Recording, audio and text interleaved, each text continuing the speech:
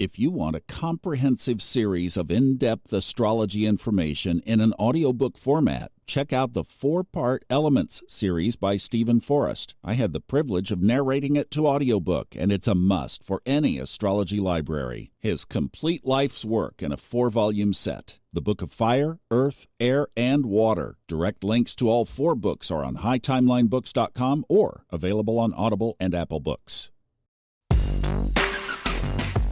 Welcome to the Fun Astrology Podcast as we wrap up 2024, and it's my daddy's 100th birthday. Thomas J. Miller would have been 100 were he still with us today. Happy birthday, Dad, up there. I know you're watching over us.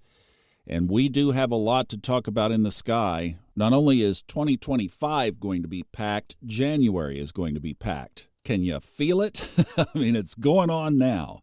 Where do we even start? How about diverting? We'll talk about the week's schedule. Still in the holiday mode, I'm going to be with you today and Wednesday.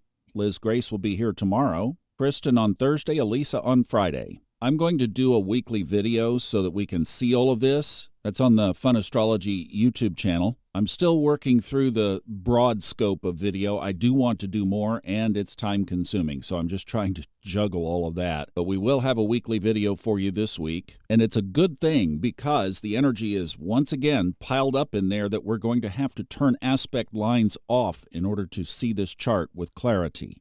First of all, on the grid view, we have 19 positive, and I don't count the ascendant or the midheaven aspects here. 19 positive, 10 negative, or challenging. Or if you want to say it easy and difficult, or however you put it with your red and blue, if that's how the colors are set on your chart. Cruising and growing, I guess, could be another way to put those aspect lines, that's for sure. And we're going to have some growth opportunities, but there also are some positives. And we have a great big kite. That is, of course, 3 trines and then 2 sextiles. We also have a delicious mystic rectangle in the chart, 2 trines, 2 sextiles, literally a rectangle. And no yods on the New Year's Eve chart for rolling over 2025. So we'll pick that apart on the video and talk about some of it here. We can also add more on Wednesday, but I wanted to talk structurally about January because this is a big month as well. Have you picked up the Forecast 2025 book on MMAcycles.com or it's at the top of hightimelinebooks.com? If not, why not? Seriously, because that underpins so much of what's going to be happening this year and next, and you want to know the information that is in that book. If you also didn't catch it, go back and listen to the about hour-long interview with Ray Merriman. It was brilliant. Have had just amazing feedback on that from both our camp and his. But the structural changes this year are themed by Pluto in Aquarius, which Liz Grace and I talked about with the folks who got together here in L.A. yesterday. And then all the other planetary sign changes, one of which is going to happen this month, and that is the nodes of the moon are changing signs. So let's just start with that, because that's a big structural change that's going to be taking place on January 11th, when the nodes move from their current position, where the north node is in Aries and the south node is in Libra. Then after the 11th, the north node will be in peaceful Pisces, and the south node will be in practical Virgo. I've chosen for my word for 2025 authenticity, and I didn't connect that with the chart. Shame on me, I really should have. But no, I went with what was in my heart and my soul to come out. So focusing on that is exactly the position of these nodes. The authenticity, Virgo, and this crescendo that we're going to be having at the latter degrees of Pisces as Saturn and Neptune dance on that territory, both this year and next. More truth bombs coming out. So this is really a time of just pure filleted out exposure. And I've really been focusing on, am I being authentic in my spiritual path? I'll have to do a subconscious mind mastery podcast on that because it really has led to some very interesting questions. But between now and next Saturday, the nodes are at 0 degrees. So we have the north node at 0 Aries, the south node at 0 Libra.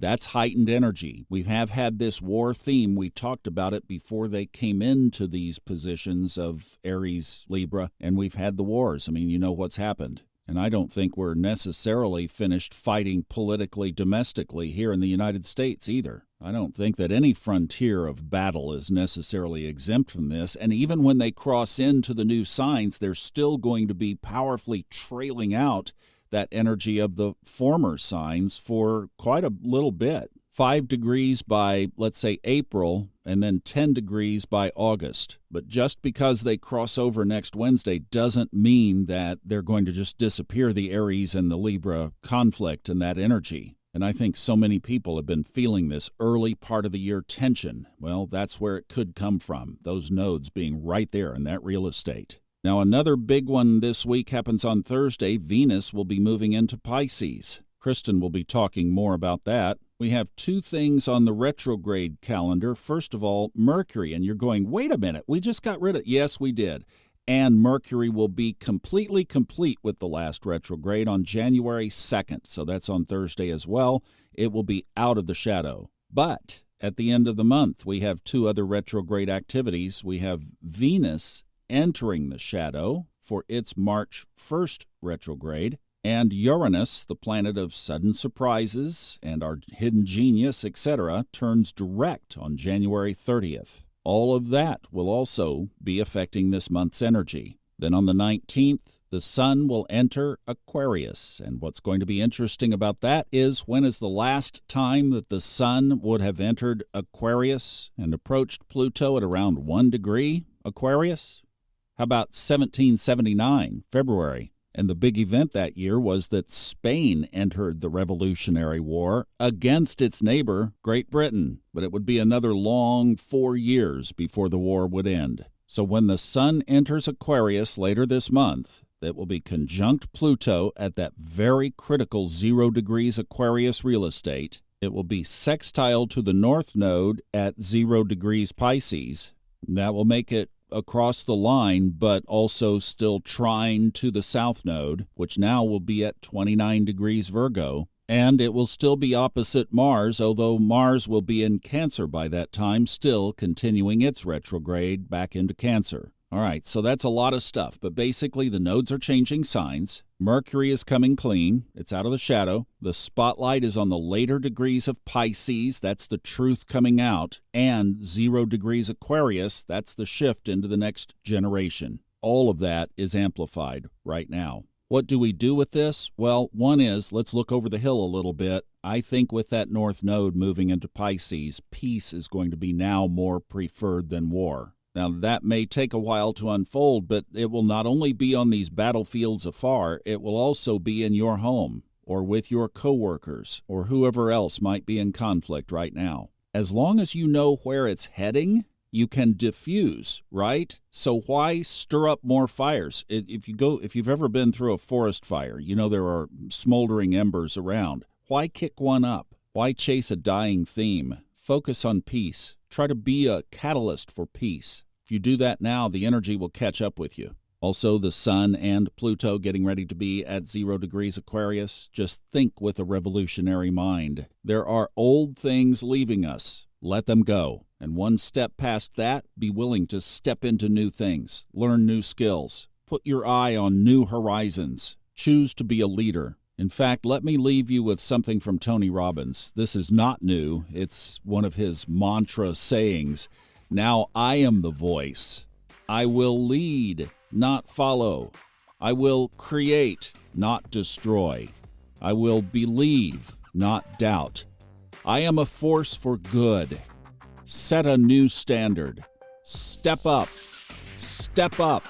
Step up. That's the chart. Happy New Year.